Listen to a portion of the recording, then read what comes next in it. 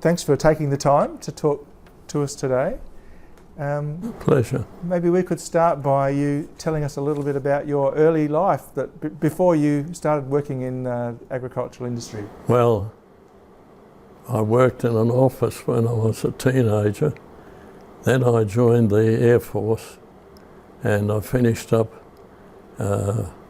flying Beaufighters in Scotland just as the war finished.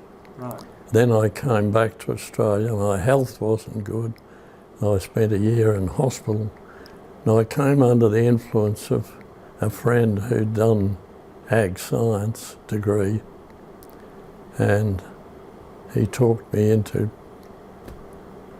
planning to do an ag science degree at Melbourne University, which after getting my matriculation, I then started at Melbourne Uni. When I finished, I didn't know where to work, and a friend talked me into joining the Bureau of Agricultural Economics. The wool section was then located in Flinders Lane. So I went in, had an interview with Douglas Mackay, and joined them. The first job was to fly to Brisbane and then out to Charleville, and survey was the initiation of the survey of the Australian sheep industry. Okay. And was to be done all over Australia. So I was accompanied by a senior person from BAE, and we did the Charleville area, and then returned to Canberra eventually. It involved filling in an extensive questionnaire on the operations of the property, what they did, how many sheep they ran, and then getting a permit to go to their accountants to get the financial details. Yeah. So I proceeded. Do you remember what year this would have been? Oh, 1954. Okay. Yes, 54. And we gradually spread all over Australia, driving FJ Holdens. Well, I remember the first couple of weeks, 2 people rolled the Holdens, one up in the Pilliga forest, one somewhere else, and we got a warning from Canberra that was going to wreck the survey if we didn't improve our driving. But I never had any trouble with the cars. And eventually I went to Western Australia, and someone got the idea of getting people from the banks to accompany us. The graziers didn't seem to mind. Well, after 4 years of that, I'd had enough travelling, and I visited the Victorian Dept of Agriculture, sought a position, was granted a position. There was Lindsay Cousins, Des Meadley and myself constituted the embryonic economics department. It was called the Farm Survey Research Branch in those days.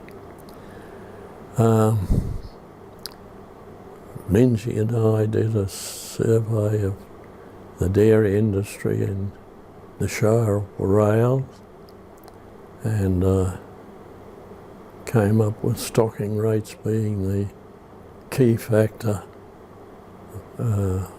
rather than production per cow, and upset the dairy division to find that out. We had surveys of the egg industry, people keeping records for us. I started one for the pig industry in conjunction with Les Downey, who was the pig man of the department. And then about 1971, Lindsay was away at university. the chap, Des Meadley, died of a heart attack. The director called me up and said, "You take over temporarily." I didn't know anything about how to run the branch, Yes. but I was assisted by the clerk, and he sat at my desk for a month, Right. taught me everything. Right. Then, in about 1972, we started to get recruits from the universities who'd been sponsored by the department and then sent to the University of New England to do 1 year of agricultural economics. And I was asked to do a report on the egg industry. By this time, Britain had gone into the EEC, caused chaos in our exports. And so Michael Taylor, Elton Turnbull helped me, great help, to prepare the report. And gradually we got more young graduates coming in. And the Commonwealth wanted to supported quotas on everything, including the dairy industry. Victoria did not want that. They were cornered. They were the only state standing out against dairy quotas. And I, with the aid of a friend who was very versed in the dairy industry, came up with a plan, alternative plan from the Commonwealth. And I took it up to the director, David Wishart.